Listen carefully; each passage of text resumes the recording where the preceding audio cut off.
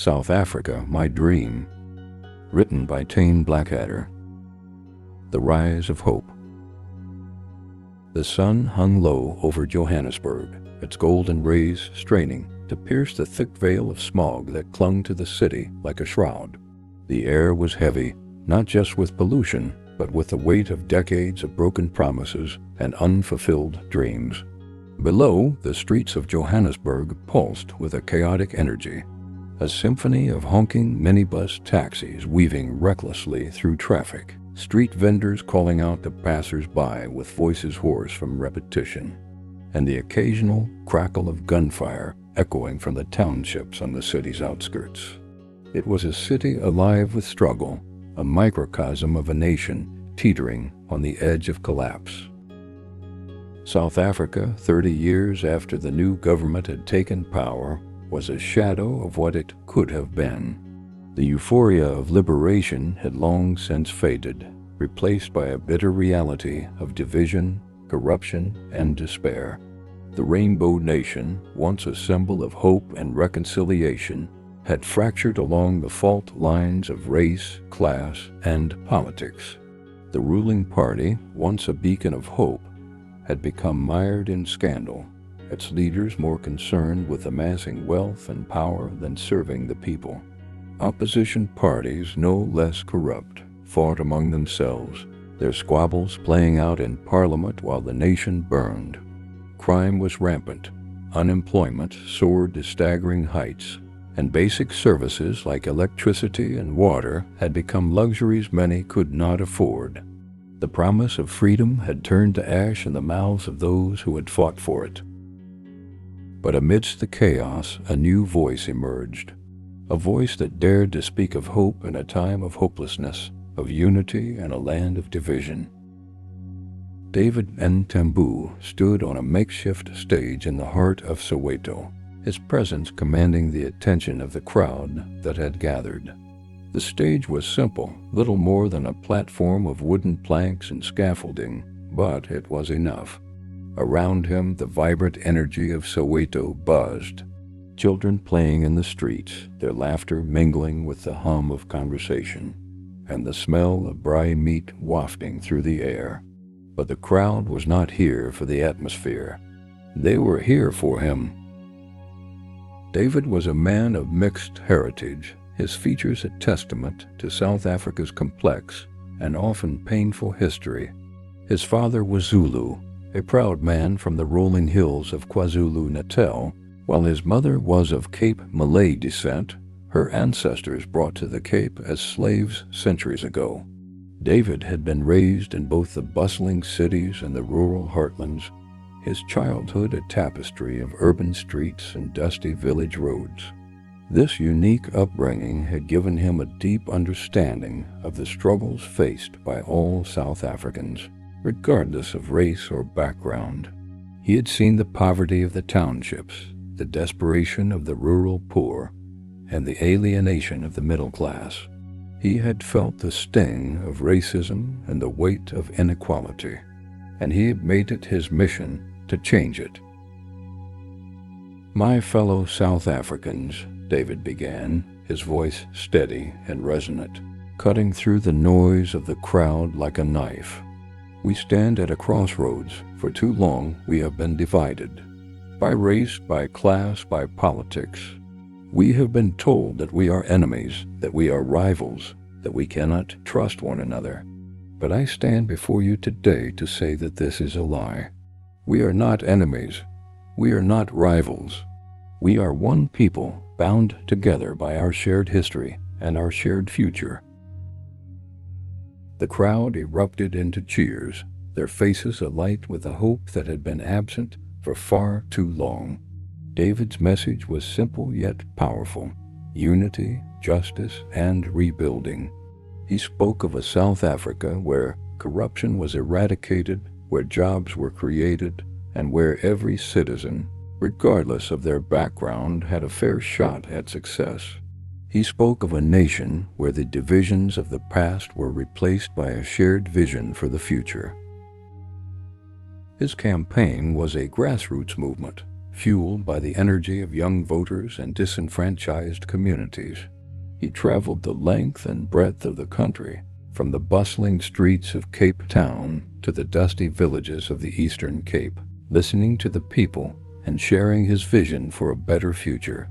In the townships, he sat with mothers who worried about their children's futures. In the rural areas, he spoke with farmers struggling to make ends meet. In the cities, he met with young professionals disillusioned by the lack of opportunity.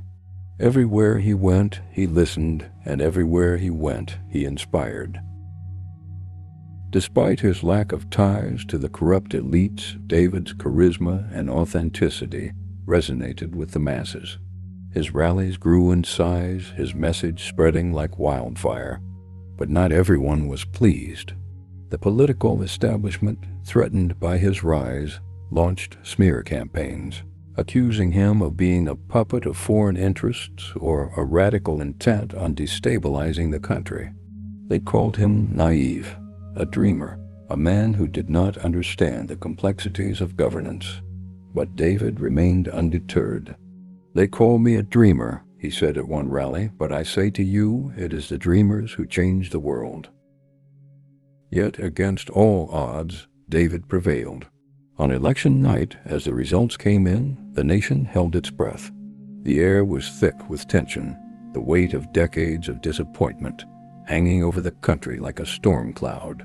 But when the final tally was announced, the streets erupted in celebration.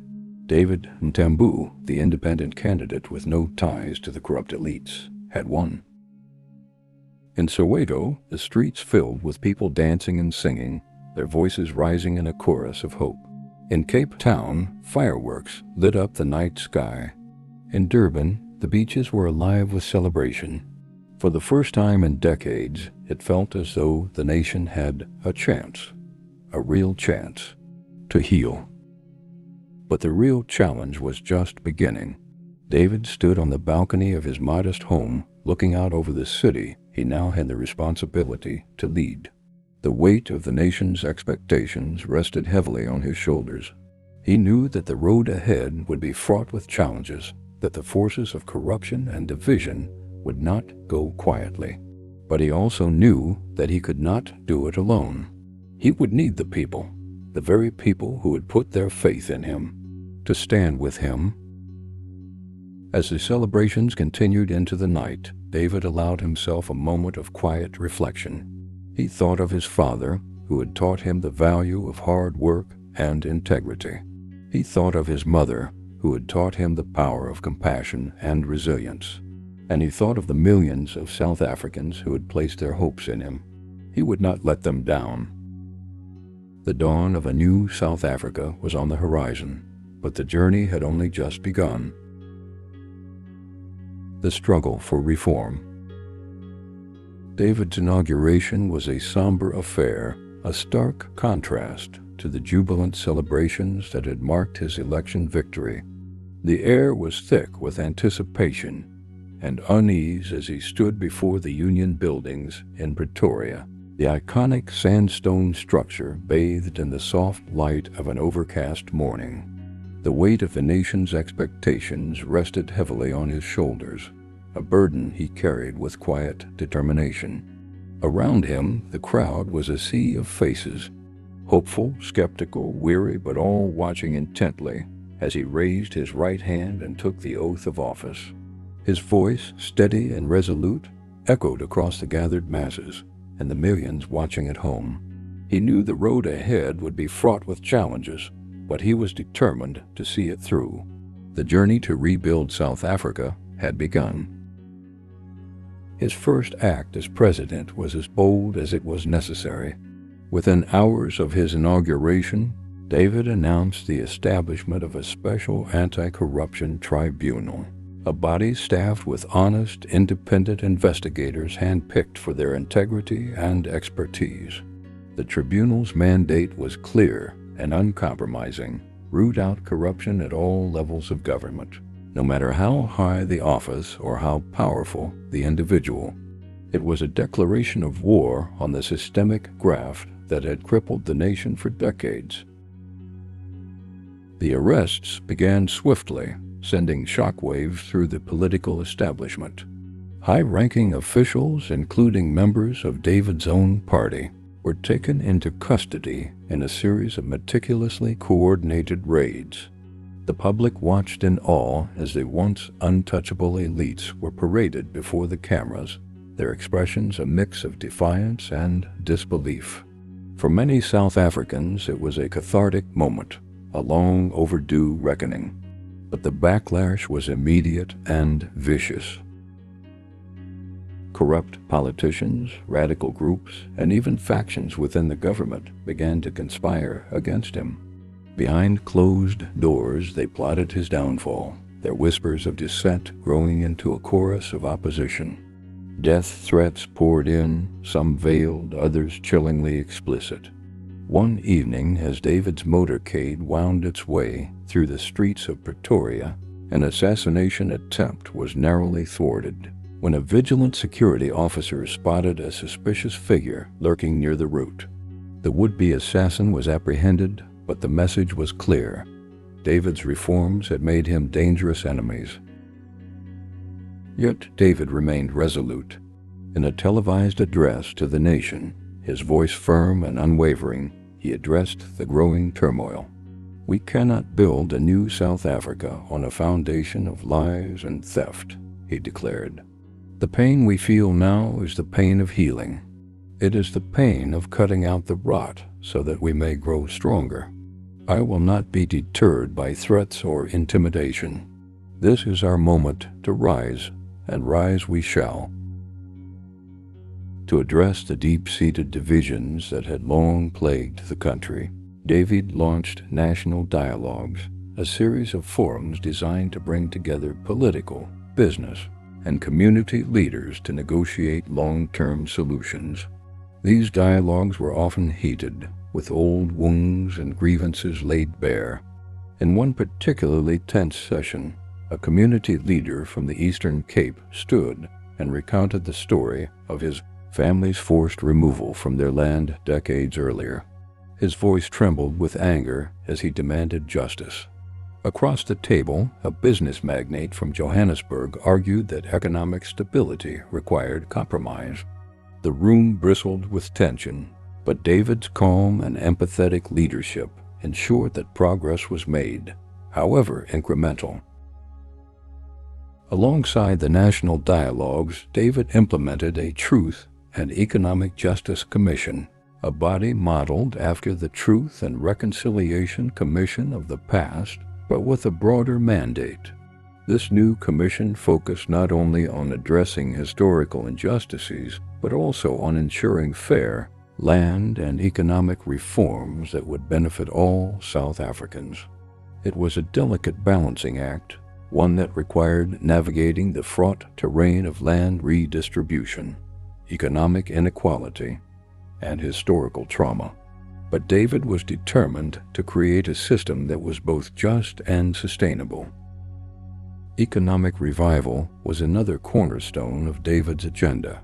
He introduced One South Africa Works, a nationwide infrastructure and job creation program that focused on revitalizing key sectors such as manufacturing, agriculture, and technology. The program offered tax incentives for businesses that hired a diverse workforce and invested in local industries, creating a ripple effect of economic growth. In the Eastern Cape, a once dormant textile factory roared back to life, its machines humming with activity as workers, many of them women who had never held formal jobs, streamed through its gates. In the Western Cape, a state-of-the-art agricultural hub was established, combining traditional farming practices with cutting-edge technology to boost productivity and sustainability. David also sought to attract international investment, but with a crucial caveat: any deals had to benefit South Africans first. He negotiated partnerships with global tech giants, convincing them to establish innovation hubs in the country. These hubs became hotbeds of creativity and entrepreneurship, creating thousands of jobs and positioning South Africa as a leader in the digital economy. In Durban, a sprawling tech campus emerged, its sleek glass buildings a symbol of the nation's forward momentum. Young South Africans, many of them from disadvantaged backgrounds, flocked to the campus, their dreams of a better future suddenly within reach. On the security front, David restructured the police force, increasing training, accountability, and community engagement. He understood that lasting change required not only cracking down on crime, but also addressing its root causes. A new anti-gang unit was deployed to crime-ridden areas, its officers trained in both tactical operations and community outreach. At the same time, David implemented social programs aimed at preventing youth from turning to crime.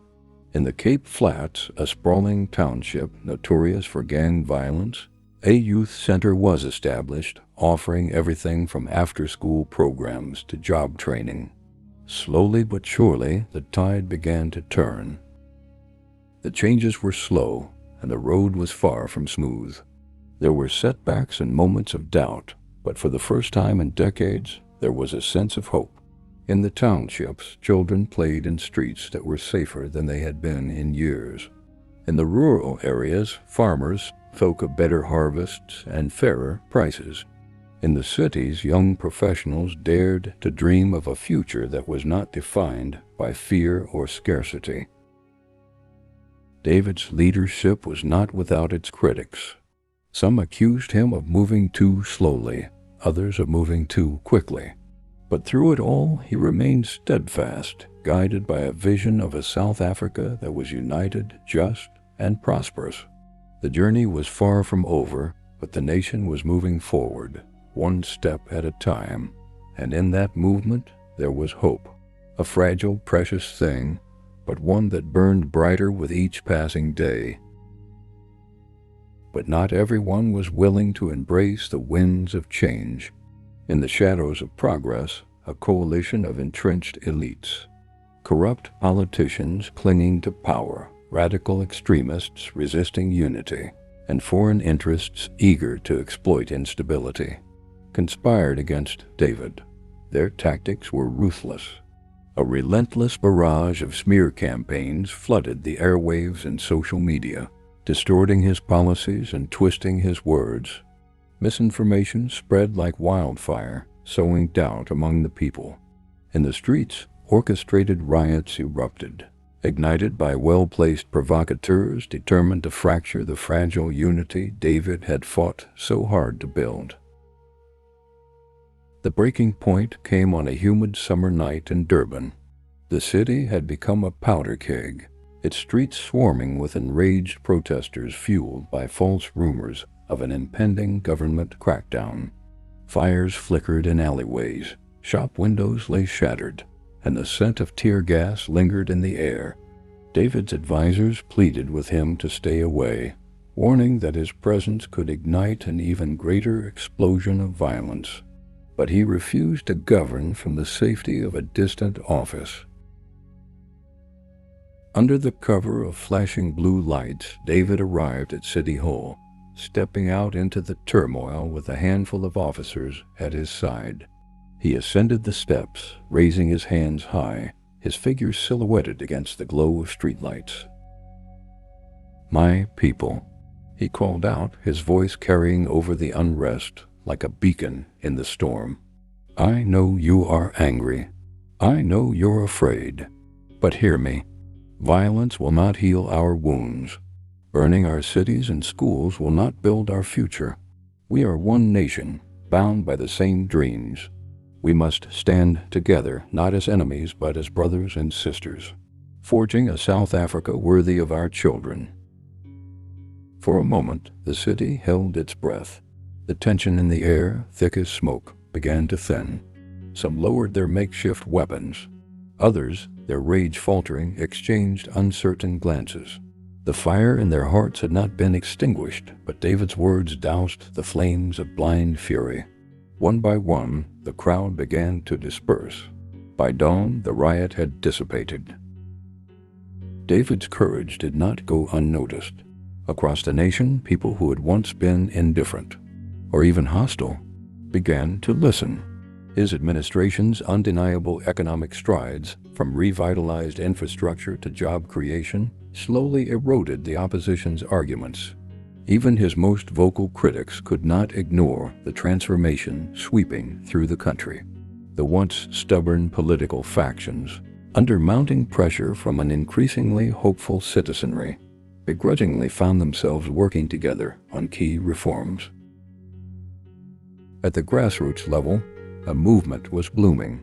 Communities banded together, embracing David's vision for a unified South Africa. In town halls and village squares, people of different races, faiths, and backgrounds gathered, not in opposition, but in dialogue. Trust, long shattered by decades of division, was being painstakingly rebuilt. By the end of his first term, the changes were undeniable. Crime had plummeted. Small businesses thrived and foreign investment surged. Schools were no longer crumbling relics but centers of hope. The scars of the past remained, but the wounds had begun to heal. South Africa was no longer just surviving. It was evolving. David's true measure as a leader was revealed when he refused to seek a third term. Though his approval ratings soared and many clamored for him to amend the Constitution, he stood firm. Power, he believed, was never meant to be hoarded. The true test of leadership was not in ruling, but in passing the torch. On the day of his farewell address, the streets of Johannesburg overflowed with people from every corner of the nation. Standing on a grand stage beneath the South African flag, David gazed at the sea of faces before him. His heart swelled, not with pride for his own achievements, but for the resilience of his people. "We have proven," he declared, his voice strong yet full of emotion, "that unity, justice, and integrity are not distant ideals. They are the foundation upon which we have rebuilt our nation. Today, as I step aside, I do so with confidence. For I know that South Africa's future is not in the hands of one leader, but in the hands of its people." A thunderous roar of applause filled the air, rolling across the crowd like a tidal wave. Some wept, others cheered until their voices cracked. As the sun dipped below the horizon, it was not an end, but a new beginning. South Africa had been reborn, and the dawn of unity had finally arrived. Thank you for listening. Subscribe and click the notification bell so as not to miss the next story.